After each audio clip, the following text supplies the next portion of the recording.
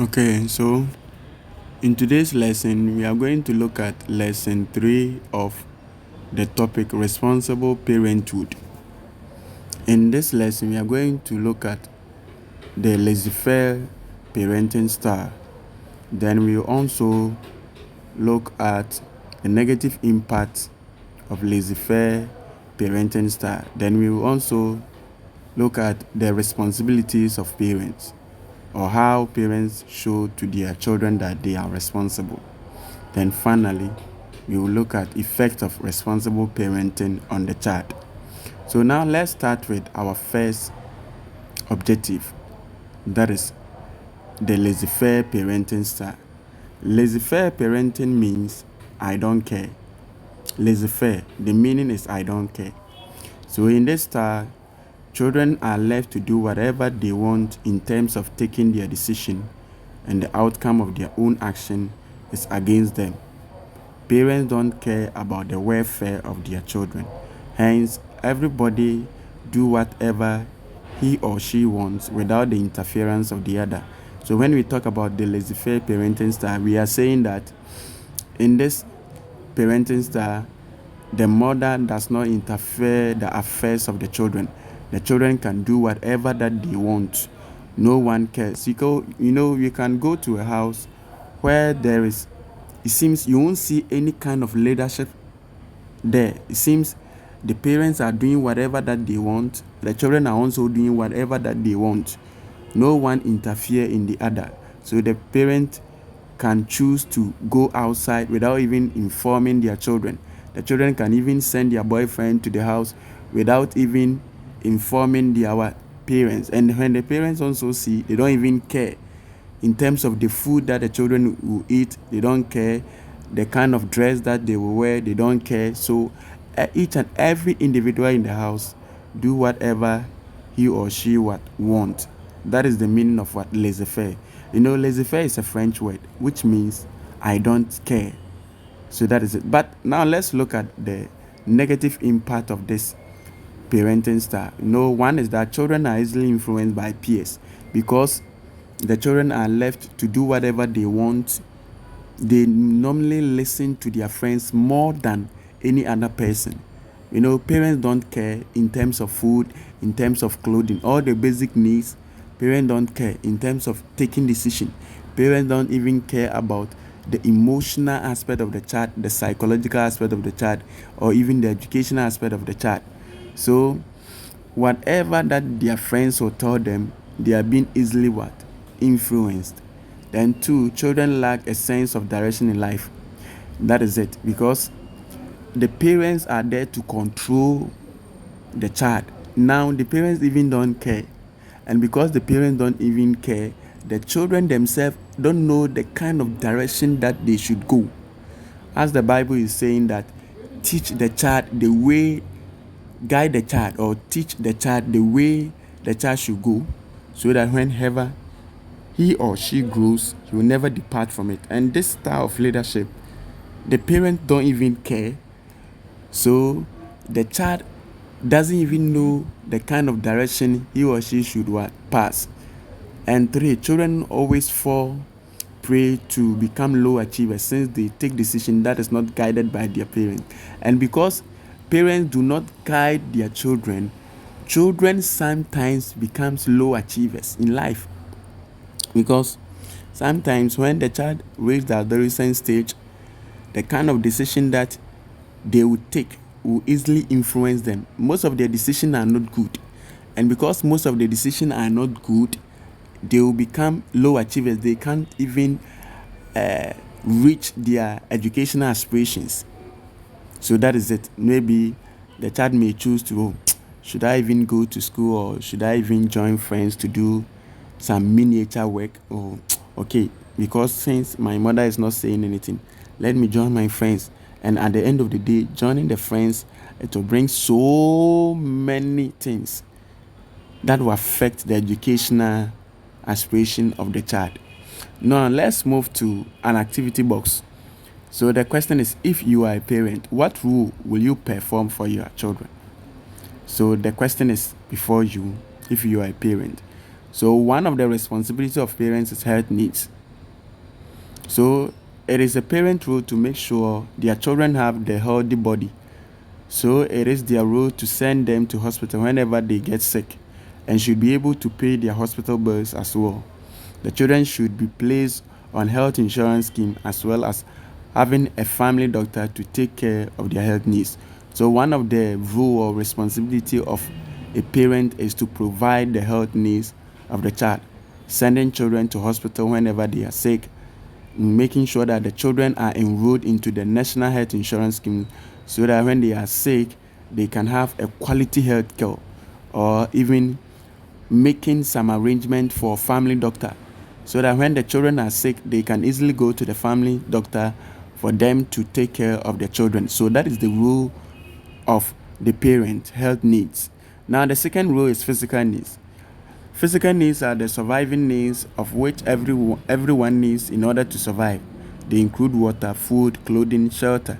Parents' role is to provide these needs to their children to make them grow healthy and have peace of mind. So when we talk about the physical needs, it's one of the most crucial needs that Abraham Maslow thought about. He said the first need that as we humans we need in life is the basic needs. And when we talk about the basic needs, they are the necessities. They are the vital needs that the children need in order to survive. They are the surviving needs. So the surviving needs, the parents have to provide food for the children, make sure that the children have good food, a balanced diet. The parents have to provide that, make sure that the children have water, the children have clothing, and the children have a place to sleep.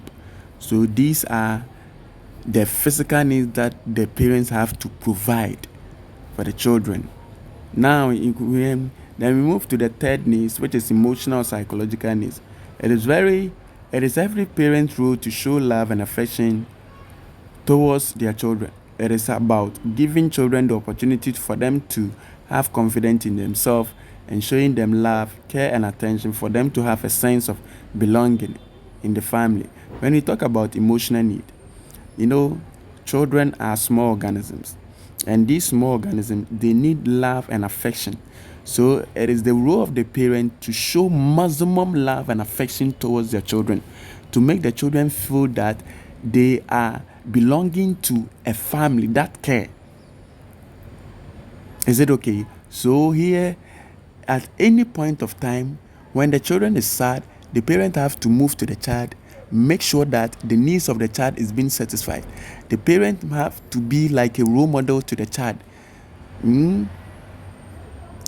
Psychologically, make the child feel that he is belonging to, or he or she is belonging to a family that provide, that care for the child, and the family is ever ready for the child to support him or her in every sphere of life.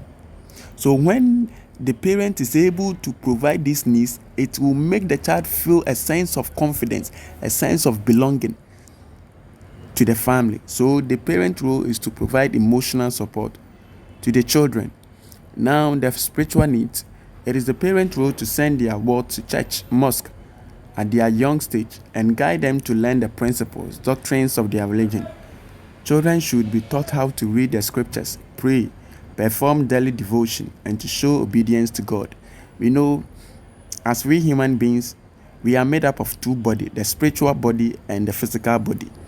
And one of the role of the parent is that the parents have to send the children to what? The church or the mosque, so that the church and the mosque will teach the child religious doctrines, rules and regulations that will guide them to become acceptable in the society. There should be a moral maturity of the child. When we talk about morals, we are talking about behavior. So there should be a moral maturity of the child, and this moral maturity of the child can be attained or can be achieved through guiding the child to a special doctrines, the doctrines that will empower the child, for the child to become an acceptable person in the society. And that is what the spiritual needs. So sending the child to the church, to the mosque, or to the traditions, the traditional worshippers, so that the child will be taught how to read the scriptures, how to obey parents, how to live an acceptable life in the society. And this should be done at the early stage of the child's life, so that as the child is growing, then the moral maturity of the child also begins to grow. So the fifth one is social needs. So it is parents' role to establish good relationship with their children. Children should be taught how to greet, obey rules and regulations of the society. Children should be allowed to play with others, join other social groups like Girls Brigade, Debaters Club, Youth for Action, etc., to improve their relationship with other people to social need. When you talk about social need, we are talking about a belonging. The child should be belonging to a group. So as part of the role of the parent, you have to empower the child so that the child can also form other social group, to be recognized in other social group. This will also help the child a lot. Then let's come to economic support.